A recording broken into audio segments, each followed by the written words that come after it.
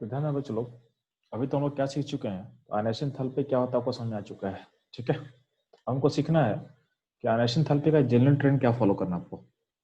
Ionisation थल पे के लिए जनरल ट्रेंड लेके क्या फॉलो करना है, यानी जब भी आप पीरियड के लॉन्ग मूव करोगे, तो आपका इसका वेरिएशन कैसा होगा पता होना चाहिए। और जब भी डाउन द ग्रुप मूव करते हो, तो ये कैसे वेरी करता है, ठीक है। इसे समझने के लिए चलो पहले आपको बेसिक से समझाते हैं। पॉइंट ये है, जब भी बात करते हैं अलोंग द पीरियड का, तो मतलब फोकस क्या है कि आनेशन थेरेपी का हमको पता करना है जनरल ट्रेंड। ठीक, इस ट्रेंड को हमको सीखना है अलोंग द पीरियड कैसे सोचना हमको, तो ध्यान देना।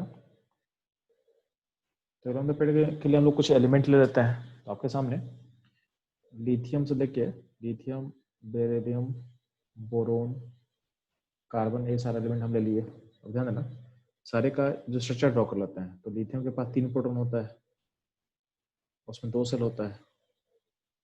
ठीक है, बेरिलियम क्या होता है, बेरिलियम में 4 प्रोटॉन होता है और 2 सेल होता है। ठीक, बोरोन में क्या होता है, 5 प्रोटॉन होता है और 2 सेल होता है। तो जितना प्रोटॉन होगा उतना ही इलेक्ट्रॉन्स होगा। कार्बन में क्या होगा, 6 प्रोटॉन होगा और 2 सेल होगा, उसमें क्या होगा, 6 इलेक्ट्रॉन्स होगा। इलेक्ट्रॉन्स का बात करेंगे तो ध्यान देना, यहाँ पे 2 इलेक्ट्रॉन होता है फर्स्ट सेल में और 1 इलेक्ट्रॉन होता है लास्ट सेल में।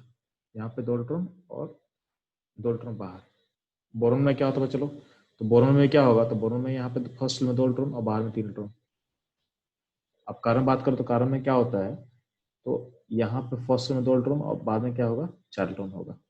ध्यान देना, जैसे से आप इधर से इधर मूव कर रहे हो ना, जब से आप यहाँ से आप मूव कर रहे हो, तो आपका क्या हो रहा है, आपका प्रोटॉन का नंबर बढ़ रहा है, आपका इलेक्ट्रॉन का नंबर बढ़ रहा है। तो चार्ज का दोनों दोनों अनलाइक चार्ज इंक्रीज कर रहा है। तो दोनों अनलाइक चार्ज इंक्रीज कर, तो आपस में क्या होगा, अट्रैक्शन बढ़ेगा। आपस में क्या होगा, अट्रैक्शन बढ़ेगा। तो फोर्स ऑफ अट्रैक्शन क्या होगा, इंक्रीज करेगा। किसके बीच में, इलेक्ट्रॉन्स पे प्रोटॉन का अट्रैक्शन क्या होगा, बढ़ जाएगा, यानी फोर्स ऑफ अट्रैक्शन बढ़ेगा। तो जब प्रोटॉन का इंक्रीज होता है ना, तो यहाँ पे इस इंक्रीज को इलेक्ट्रॉन के रिपल्सन को बैलेंस करने के बाद इसके लिए टर्म होता है, इसको बोलते हैं जेड इफेक्टिव। ठीक है, जेड इफेक्टिव निकालना हम लोग सीखेंगे, स्लैटर रूल पढ़ेंगे तो। ठीक है, तो हम क्या बोल रहे हैं कि प्रोटॉन इंक्रीज का मतलब क्या हो रहा है, जेड इफेक्टिव बढ़ रहा है। इफेक्टिव जेड क्या हो रहा है, इंक्रीज कर रहा है।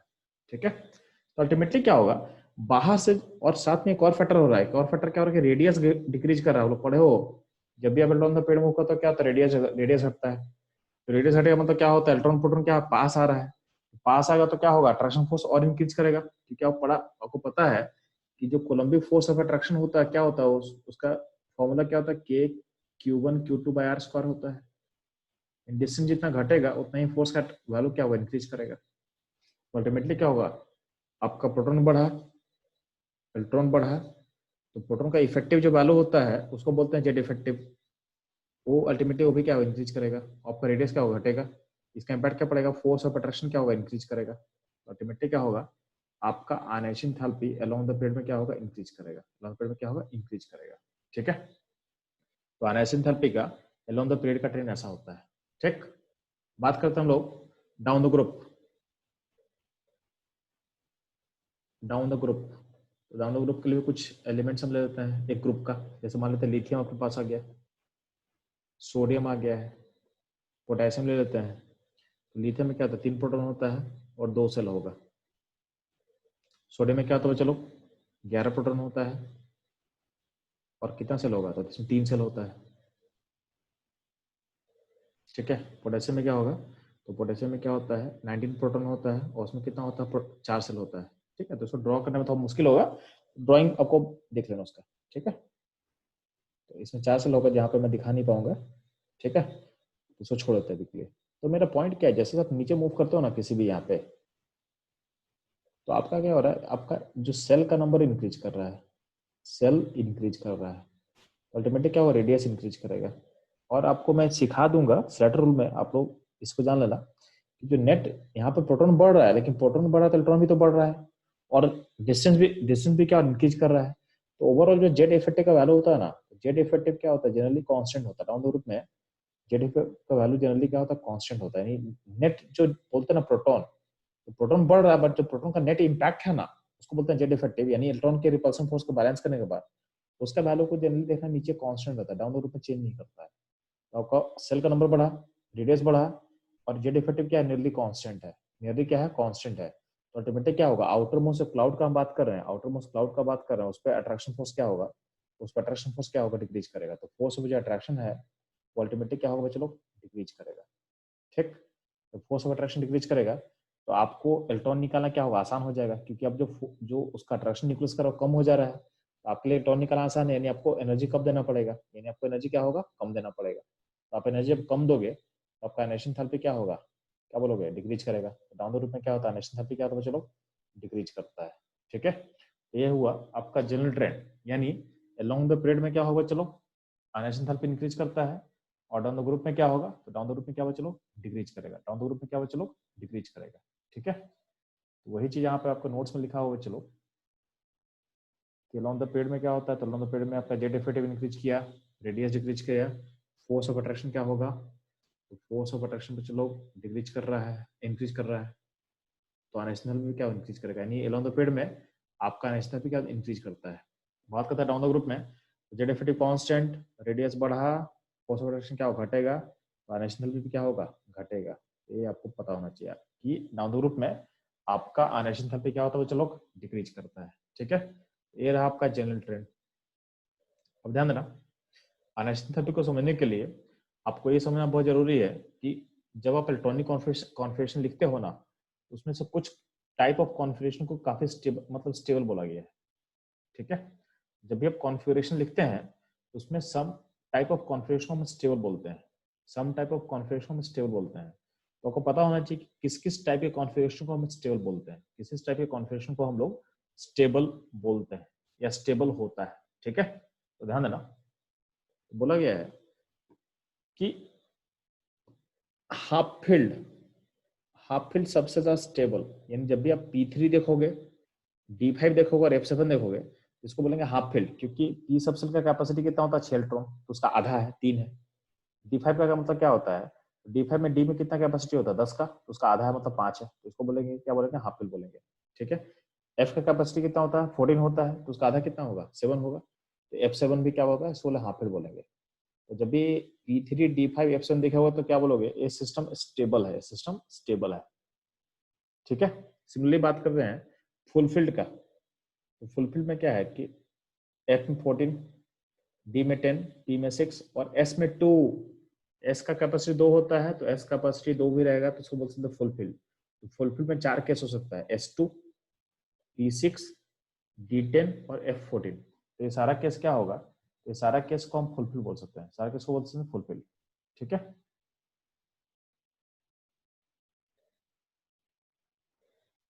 ध्यान देना, चलो हम क्या बोल रहे हैं कि हाफ फील्ड और फुल फील्ड को समझ में आ गया। तो हाफ फील्ड में 3 केस हो गया, P3 D5 F7, और फुल फील्ड में 4 केस लिए, S2 P6 D10 F14।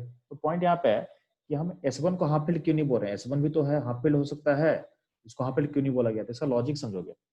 S1 का मतलब क्या होता है, जब S1 कब होता है, नोबल गैस होगा, नोबल गैस के बाद S1 फिलअप होता है। S1 से अब जब आप इलेक्ट्रॉन निकालते हो ना, यानी इसको जब आप रिमूव करोगे तो आपका क्या होगा, नोबल गैस कॉन्फ़िगरेशन में पहुंच जाओगे आप। यानी जब भी S1 रहेगा तो S1 से आप जब इलेक्ट्रॉन निकाल दोगे तो आपका नोबल गैस कॉन्फ़िगरेशन अचीव कर लेगा। तो नोबल गैस कॉन्फ़िगरेशन अचीव करने में क्या होता है, लोग जल्दी अचीव करना चाहता है, तो उसको दिख रहा है कि इलेक्ट्रॉन लूज करके अगर हम नोबल गैस कॉन्फ़िगरेशन अचीव कर सकते हैं तो एलिमेंट क्या होगा, बहुत इजीली इलेक्ट्रॉन लूज करता, बहुत इजीली इलेक्ट्रॉन लूज करता, तो स्टेबल नहीं रहता, स्टेबल नहीं रहता, क्योंकि उसको दिख रहा है कि एक इलेक्ट्रॉन लूज करके हम नोबल गैस अचीव कर सकते हैं, तो वहां से वो लूज कर देता है, वो लूज कर देता है।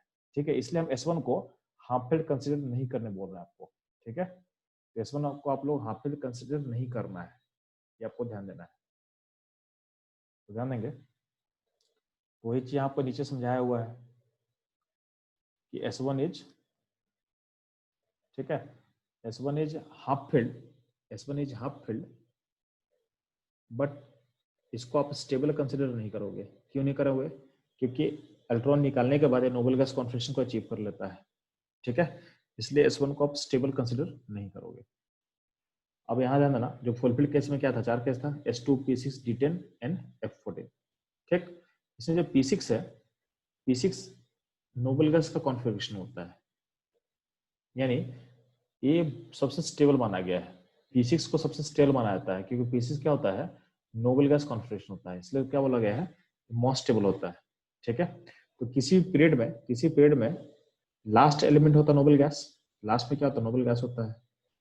तो नोबल गैस ऐसे भी क्या होगा, अगर आप पीरियड के लॉन्ग फॉलो करते हो तो पीरियड में क्या होता है, आयनाइजेशन थेरेपी बढ़ना चाहिए, along the period ionization therapy बढ़ना चाहिए, तो नोबल गैस का ऐसे भी आयनाइजेशन थेरेपी क्या हाईएस्ट होगा, लेकिन जितना होना चाहिए था उससे बहुत ज्यादा हाई हो जाता है। मतलब नोबल गैस का आयनाइजेशन देखो, ऐसे भी नोबल गैस का आयनाइजेशन थेरेपी हाईएस्ट होना चाहिए, तो जब आप पीरियड में मूव करते हो तो आयनाइजेशन थेरेपी क्या होता है, बढ़ता है, और नोबल गैस सबसे लास्ट में पड़ता है, तो ऐसे बढ़ना चाहिए था, लेकिन जितना होना चाहिए था उससे भी ज्यादा हो जाता है। क्यों? क्योंकि ये स्टेबल काफी कॉन्फ़िगरेशन है, ये काफी ज्यादा स्टेबल कॉन्फ़िगरेशन है, तो उससे भी ज्यादा हाई हो जाता है, ठीक। ये रहा आपका बेसिक कॉन्सेप्ट, ये रहा आपका बेसिक कॉन्सेप्ट।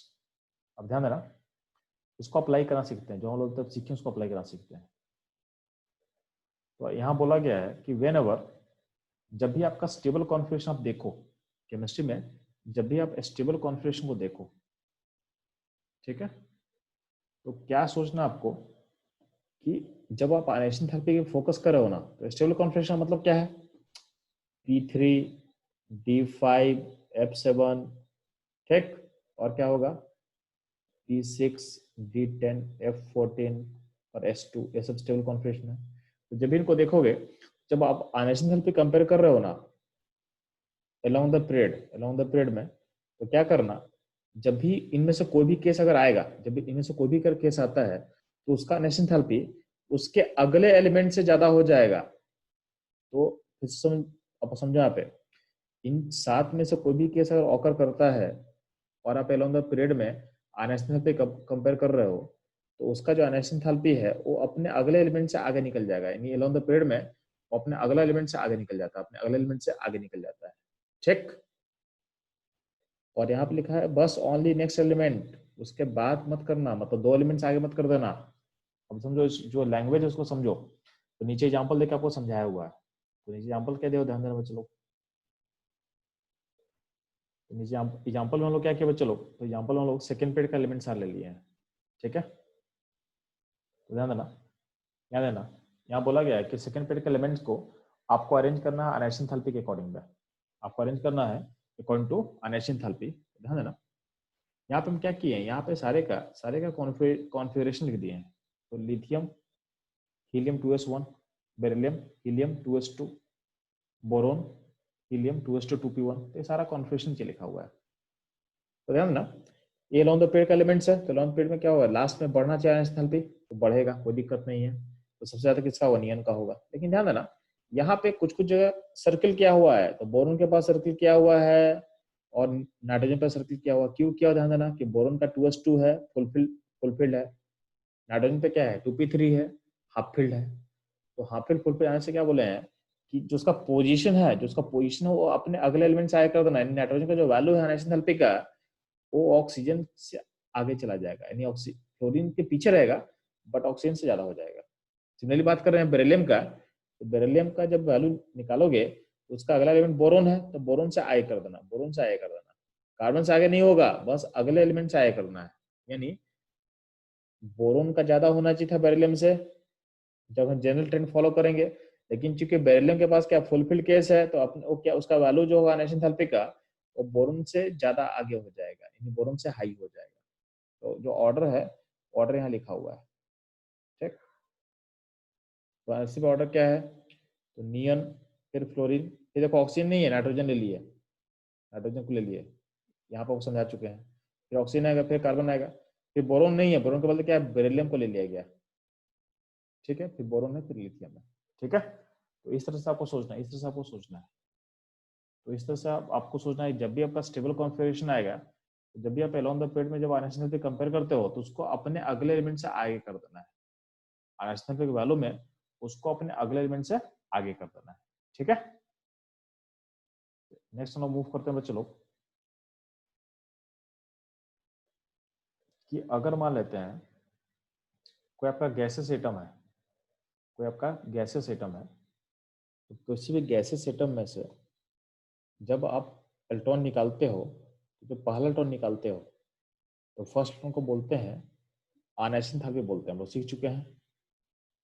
और कभी कभी इसको बोला जाएगा फर्स्ट आयनाइजेशन एंथैल्पी, तो कभी कभी टर्म इसके लिए यूज होता है फर्स्ट आयनाइजेशन एंथैल्पी। तो आयनाइजेशन एंथैल्पी या और फर्स्ट आयनाइजेशन एंथैल्पी दोनों सेम ही चीज है, ये सोच कर चलना। ठीक, तो फर्स्ट आयनाइजेशन एंथैल्पी का मतलब क्या है कि न्यूट्रल एटम से +1 यानी +1 स्टेट में आना। अब क्या होता है, अब +1 से +2 भी हम जा सकते हैं। अब आपके पास +1 आयन है, तो हम +2 भी जा सकते हैं। ठीक, +2 जो जा रहे हैं हम लोग, यहाँ पे भी इलेक्ट्रॉन निकाल रहे, तो यहाँ का जो एनर्जी है, यहाँ का जो एनर्जी है उसको क्या बोलेंगे, तो यहाँ का एनर्जी को बोला गया है आयनाइजेशन एंथैल्पी 2 यानी सेकेंड आयनाइजेशन एंथैल्पी, ये बोला गया है। ठीक, सिमिलरली आप +2 से +3 भी जा सकते हैं आप लोग। यहाँ जो एनर्जी रिवॉल्व होगा उस एनर्जी का नाम दिया गया है थर्ड आयनाइजेशन एंथैल्पी। यानी जब थर्ड आयनाइजेशन एंथैल्पी की हम बात करेंगे, इसका मतलब क्या है, इसका मतलब है +2 से +3 आना, +2 से +3 आना। ठीक है, +3 से हम +4 भी जा सकते हैं।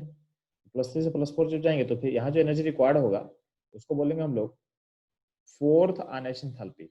और फोर्थ आयनाइजेशन एंथैल्पी की हम बात कर रहे हैं, यानी हम क्या कर रहे हैं, हम आयन को +3 से +4 में भेज रहे हैं, +3 से +4 में भेज रहे हैं। ठीक, ये रहेगा आपका डिफरेंट डिफरेंट आयनाइजेशन एंथैल्पी का टर्म्स। अब होता क्या है, जब हम किसी भी एलिमेंट का बात करें, किसी भी एलिमेंट का बात कर रहे हैं, तो उसका जो सक्सेसिव वैल्यू है, सक्सेसिव वैल्यू का मतलब है ऐसे फर्स्ट सेकेंड थर्ड फोर्थ, इसको बोलेंगे सक्सेसिव वैल्यूज। जब भी हम किसी एटम का बात करते हैं तो सक्सेसिव वैल्यूज क्या होता है, बढ़ते जाएगा। For any element successive values of ionization enthalpy is always increasing, यानी उसका जो I1 है उससे बड़ा क्या होगा, उससे बड़ा हो जाएगा I2, उससे बड़ा हो जाएगा I2। ठीक, उससे बड़ा हो जाएगा क्या आपका I3 हो जाएगा, और उससे बड़ा क्या होगा I4 हो जाएगा। इसका कोई भी एक्सेप्शन नहीं है। कोई एलिमेंट होगा उसका I1 से बड़ा उसका I2 हो जाएगा, उसका I2 से बड़ा उसका I3 हो जाएगा, और उसका I3 से बड़ा उसका I4 हो जाएगा, without any exception, no exception. ध्यान देना आप लोग। ठीक है, अब ध्यान दोगे, ये आपको समझ में आ चुका है।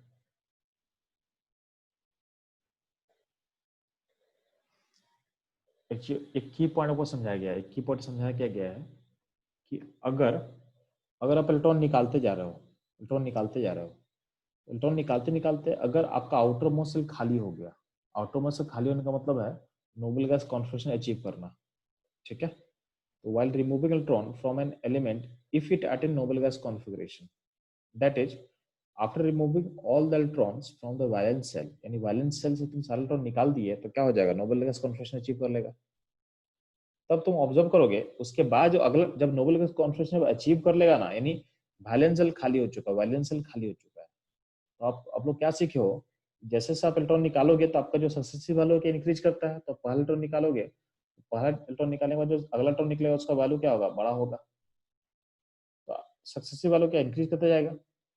लेकिन जैसे आप नोबल गैस कॉन्फिगरेशन अचीव करोगे ना, तो उसके बाद जो आप इलेक्ट्रॉन निकालोगे ना, तो उसका वैल्यू में इंक्रीज बहुत ज्यादा बड़ा जंप होगा। यानी नोबल गैस से पहुंचने के बाद आप इलेक्ट्रॉन निकालते हो तो उसमें बहुत बड़ा जंप होगा, बहुत बड़ा जंप होगा। तो ये बोला हुआ है जब इलेक्ट्रॉन निकालते निकालते जब आप नोबल गैस कॉन्फिगरेशन जब अचीव कर लोगे, then you will observe a abrupt jump in the Einstein value. बढ़ेगा तो ये तो कंफर्म है, लेकिन जो जंप रहेगा ज्यादा रहेगा, जंप रहेगा ज्यादा रहेगा। ठीक है, इस कॉन्सेप्ट का यूज कैसे करते हैं हम लोग, तो वो भी ध्यान देना, इस कॉन्सेप्ट का अप्लाई कैसे करना हम लोग को है, तो ध्यान देना। ये ऊपर हम लोग कॉन्सेप्ट सीखे हैं उसका एप्लीकेशन समझोगे आप लोग। तो एप्लीकेशन क्या बच्चा लोग, तो इसका एप्लीकेशन से हम लोग सीखते हैं कि वैलेंस सेल में कितना इलेक्ट्रॉन है और ग्रुप नंबर क्या है, एलिमेंट का ग्रुप नंबर क्या निकाल सकते हम लोग, तो ध्यान देना। जैसे ध्यान दें यहाँ पे हम बात करें सोडियम एलिमेंट के बारे में, तो सोडियम एलिमेंट का देखो आयनाइजेशन एंथैल्पी देखो लिखा हुआ है, फर्स्ट है 300, सेकंड है 600, थर्ड है 7000 एंड फोर्थ है 8500। ठीक है, तो आप देख रहे हो कि I1 I2 I3 I4 में इंक्रीज, तो में वैल्यू क्या हो रहा है, इंक्रीज करता जा रहा है। आपको ज्यादा बड़ा जंप कहाँ दिख रहा है, तो ज्यादा बड़ा जंप यहाँ पे दिखेगा आपको 300 से 6000, 300 से 6000, ये बड़ा जंप है आपको। इसका मतलब है कि जंप यहाँ दिख रहा है, इसका मतलब क्या है, पहला इलेक्ट्रॉन निकालने के बाद बड़ा जंप दिखा, यानी वैलेंस शेल में कितना इलेक्ट्रॉन होगा, एक इलेक्ट्रॉन होगा। एक इलेक्ट्रॉन निकालने के बाद जंप आ गया, मतलब क्या है, जंप आया मतलब यहाँ पे आपका नोबल गैस अचीव कर चुका है, यानी वैलेंस शेल में एक इलेक्ट्रॉन होगा, वैलेंस शेल में एक इलेक्ट्रॉन होगा। तो यहाँ देखोगे वैलेंस शेल में कितना इलेक्ट्रॉन है, एक है, और ग्रुप नंबर क्या होगा, 1 होगा। ठीक, बात करते हैं कैल्शियम का। तो कैल्शियम में पता है आपको, पहला इलेक्ट्रॉन 700, सेकंड के लिए देखो वैल्यूज लिखा हुआ है, तो आपको जंप यहाँ दिखेगा, देखोगे जंप यहाँ ज्यादा दिख रहा है आपको, इंक्रीज कर रहा है, और जंप दिखेगा सेकंड एंड थर्ड में, यानी सेकंड के बाद बड़ा जंप है। तो सेकंड टर्न निकलने के बाद आपका वैलेंस शेल खाली हो चुका है, वैलेंस शेल क्या हो चुका है, खाली हो चुका है। ठीक है, यानी वैलेंस शेल में कितना टर्न होगा, 2 टर्न होगा। ठीक, और आपका ग्रुप नंबर क्या होगा, 2 होगा। बात करते हैं हम लोग किसी अननोन एलिमेंट m का, उसमें वैल्यूज लिखा हुआ है 900, 1800, 3000 और 9000। ठीक है, तो आपको ये दिख रहा होगा, तो ये ऊपर से वैल्यू क्या इंक्रीज कर रहा है। जंप कहाँ देख रहे हो, तो जंप यहाँ पे आप देखोगे, यहाँ पर बड़ा जंप है, तो बड़ा जंप यहाँ है। इसका मतलब क्या है कि आफ्टर तीन टर्न निकालने के बाद चौथा टर्न कहाँ से निकलेगा, नोबल गैस से। इसका मतलब होगा कि वैलेंस शेल में कितना टर्न होगा बच्चों लोग, तो वैलेंस शेल में आपका 3 टर्न होगा, और ग्रुप नंबर क्या बोलेंगे, ग्रुप नंबर बोलेंगे 13। क्या बोलेंगे, 13। ठीक है, तो ये रहेगा आपका जंप। ठीक है चलो, तो यहाँ तक में आप लोगों को समझ में आ चुका है। अब चलते हम लोग, चलो कुछ क्वेश्चन पे जिसको आप लोग सॉल्व करोगे।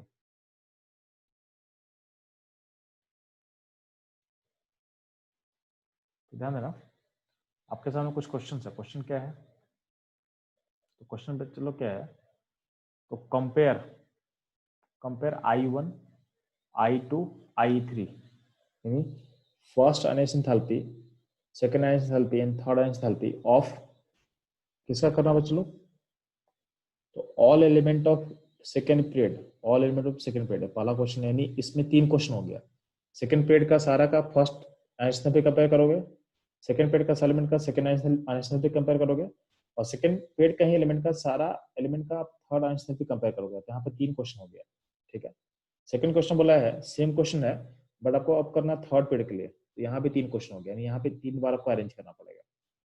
तो आप अरेंज करोगे ऑल एलिमेंट्स अनएसएनएलपी of all elements of third period elements. ठीक है, elements of third period. Next question क्या है बच्चों, तो कंपेयर अनएसएनएलपीज फर्स्ट एंड सेकंड, किसके लिए, तो कॉपर एंड जिंक के लिए आपको कंपेयर करना है। ठीक, अगला क्वेश्चन क्या बच्चों, आपको कंपेयर करना है क्रोमियम एंड मैग्नीज के लिए, मैग्नीज एंड क्रोमियम का आपको फर्स्ट एंड सेकंड अनएसएनएलपी आपको कंपेयर करना है। ठीक, यहाँ पे लास्ट क्वेश्चन क्या दिया हुआ है, तो आपको मैंगनीज और आयरन का आपको first iron enthalpy, second iron enthalpy and third iron enthalpy को कंपेयर करना है। ये आपका लास्ट क्वेश्चन होगा। ठीक है, इसको आप लोग सॉल्व करेंगे।